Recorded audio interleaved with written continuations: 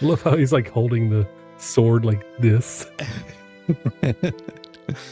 An open letter to Lauren Owens. You can't pee your way out of this one.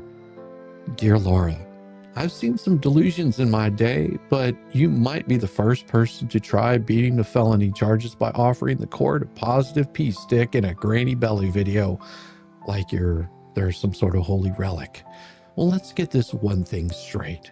This isn't The Bachelor. This is Maricopa County, and nobody's giving you a rose. They're handing you indictments. At some point in your twisted little saga of prenatal improv theater, someone should have pulled you aside and whispered the most basic rule of survival. If you're going to lie in court, at least try to remember what you said the last time. But no. You chose the scatter shot method.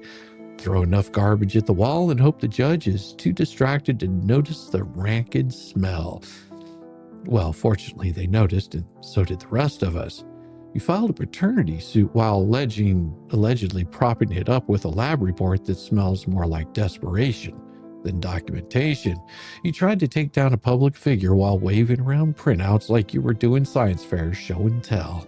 And when people asked questions, boom, you whipped out an exhibit like it was the Zapruder film of fake pregnancies. And now that you're being called out, your defense is, but I had a positive HCG test. Look at my patient portal. I peed in front of him and everything. Well, fantastic. So did half the internet pranksters and a few unlucky seamen drinkers.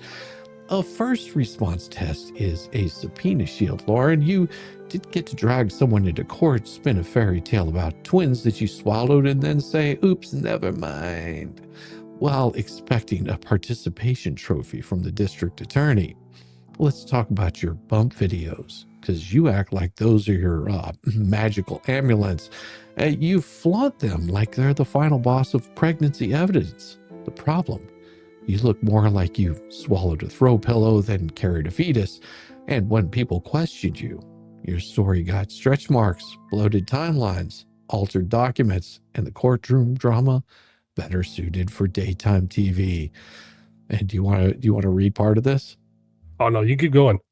Oh, and about those ultrasounds, you really thought printing out some fiber black and white blobs from the internet and photoshopping your name on top was going to get you a DNA judgment.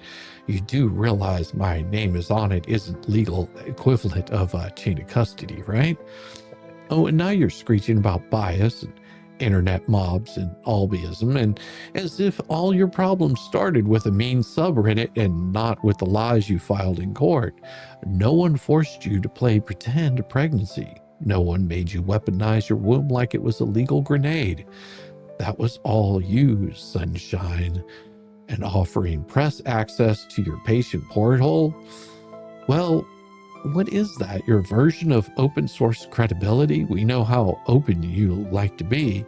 You think letting some freelance skim your results is going to override felony charges. Well, that's not transparency. That's desperation, wearing a hospital gown. Laura, you didn't get charged because people were mean to you online. You got charged because you turned your personal fan fiction into a legal weapon. And now that it's blowing up in your face like Clayton did, and you're trying to rewrite the script, well, it's too late. The fantasy's over. The court doesn't care about your curated sob story. It cares about evidence. And you've provided plenty. Unfortunately, most of it's fabricated, so let me make it simple for you. Pregnancy doesn't work like politics. You can't gaslight facts into existence. This isn't about opinions, it's about you. It's what you did, and the mountain of receipts that don't need editing to speak for themselves. You kept running your cockwasher like a mic was stuck into your ego, and you expected people to believe that every lie you told after that moment somehow doesn't count. Oh, honey, that's just how perjury works. That's not even how common sense works. You don't get to file "I'm not pregnant" in December and then pretend in January like the ghost of gestation past is still haunting the courtroom. Let's break this down for the slow kids that might be in the back there. I wasn't pregnant anymore when I made that statement. Cool. But Then you did your story continue into ultrasound references, timelines that made no biological sense, and the courtroom equivalent of, I swear I felt a kick, months after declaring the pregnancy was over? Those lies weren't material because the baby was already gone. Then what the hell were you doing still talking about the baby, Laura? You dragged that dead storyline across 3 more legal filings like a soap opera that wouldn't die. You turned your own sworn pleadings into your choose your own adventure of legal fiction. Page 1, I'm pregnant. Page 6, I was never pregnant. Page 9, I was pregnant, but it didn't count. Page 12, I'm autistic, leave me alone. Page 17, he is a belly, my belly, that'll shut him up. None of your timelines match. Your testimony morphs depending on who's asking, and yet, when that indictment dropped, you act like you're shocked anyone noticed that your own court filings contradict themselves more than your press releases. Let's not forget, perjury requires a false statement about a material issue. And last I checked, the material issue was you dragging a man into court over babies that you swallowed or never existed in the first place, while simultaneously denying affirming your own claim depending on the weather. You can't have it both ways. You don't get to cry, not material, after submitting doctored exhibits, misleading evidence, and emotionally manipulative statements that kept the case alive for months beyond where the truth should have buried it. If the baby was gone, the case was over, and every word you uttered after that should have been, I'm sorry, and I'll stop now. But instead, you hit the gas and then got mad when the crash happened. The only immaterial thing here is your respect for the truth. So let's get one thing straight. You're not the victim of a broken legal system. You are the byproduct of a perfectly functioning bullshit detector.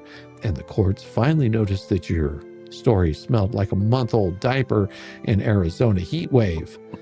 I've read your self-pitying masterpiece of a press release, the one where you position yourself as some wrongfully accused truth-teller who's being persecuted by a pitchfork mob and a county attorney with a vendetta. According to you, this isn't about felony charges stemming from a documented fraud, forgery, and tampering with evidence.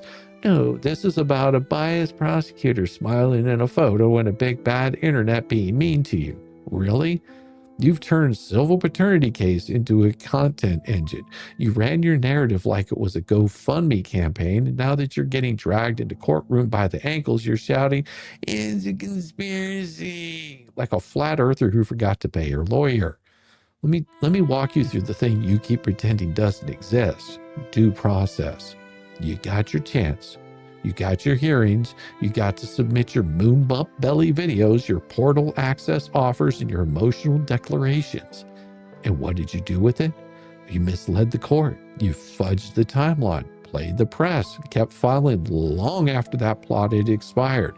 The truth is the legal system didn't fail you. It tolerated your bullshit for months before finally losing patience. And now you're crying that process was unfair because it didn't end in applause? If you were wondering why the courts are no longer impressed by your dramatics, it's because they've read the fine print and realized that your narrative is less Aaron Brockovich and more Bad Girls Club Pro Se edition. Let's talk about that big lie that you're only being charged because of public pressure. Laura, if prosecutors filed charges every time a bunch of Reddit users screamed into the void, then half the state of Arizona would be indicted for pineapple on pizza. This wasn't a mob. Crime. It is a crime. This wasn't a mob with torches. This was a group of people pointing to your own filings, your own contradictions, and your own creative use of the truth and asking why no one had done anything about it yet. You say your prosecution was a political stunt. I say your pregnancy claim was a publicity stunt. And the only reason we're here now is because you insisted on building a soapbox out of court documents and streaming trauma like it came with ad revenue. If you want to talk about misrepresentation of legal proceedings, start by looking in the mirror. You're the one who tried to turn the courtroom into a stage, the paternity suit into a brand, and your personal meltdown into a media tour. And now that the curtain's coming down, you're throwing a tantrum about bias and injustice, as if the only reason you got charged was because the county attorney smiled in the wrong photo. Spoiler alert, it wasn't the smile that got you indicted. It was the stack of evidence attached to your name, moron. You keep screaming harassment like it's a get out of jail free card, but maybe, just maybe, people aren't coming after you because they're cruel. Maybe they're coming after you because you won't stop lying, you fucking bitch, in public like it's your side hustle. You've labeled Justice for Clayton, crowd as a coordinated hate group, a rabid mob, a virtual torch parade obsessed with destroying your life. But let's be clear, if they're so unhinged, why is it that everything they're angry about seems to come directly from your own mouth, your own filings, or your own front-facing camera? They didn't fabricate your ultrasound. They didn't edit your body cam footage. They didn't script your contradictions, forge your records, or force you to run your legal arguments through a buzzword blender that spat out autism and disability, gender-based, due process, like you were trying to win an oppression Olympics with a perjury baton. You're not being harassed, Laura. You're being quoted. And if you don't like it because your own words are more damning than anything your critics could invent. Now, I'm not saying every single person online has been kind. Definitely not. But you made yourself the main character in a courtroom drama and then got upset when the audience started booing. That's not harassment. That's called feedback. And spoiler alert, dumbass, First Amendment doesn't vanish just because you lost the narrative. Oh, and let's not forget the welfare checks you mentioned. According to you, your mother received public death threats. People weaponized police visits to generate humiliating body cam footage. And that sounds horrifying if true, but the problem is every time we pull on one of your dramatic threads, it unravels into another story with no names, no reports, no receipts, and no actual accountability. Because whenever you go online and tell people that you're going to self-delete, there's a reason why they are concerned for you and send the cops there. This is just more smoke, mirrors, and vibes. You want the public to believe that every single person who questions you is some part of some vast Reddit, Fox News, TMZ alliance of hate. Well, here's another theory.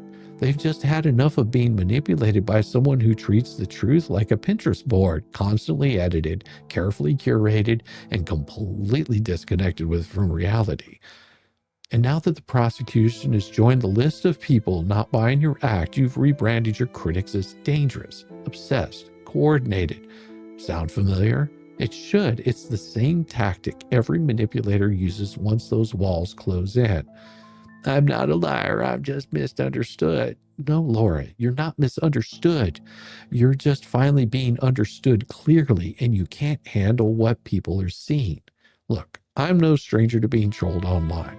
I've had people tell me I ride the short bus in Velcro shoes and bathe in Monster energy drinks, but the difference is I don't file lawsuits and indictments trying to silence criticism. I fight backwards with receipts and some good old-fashioned sarcasm.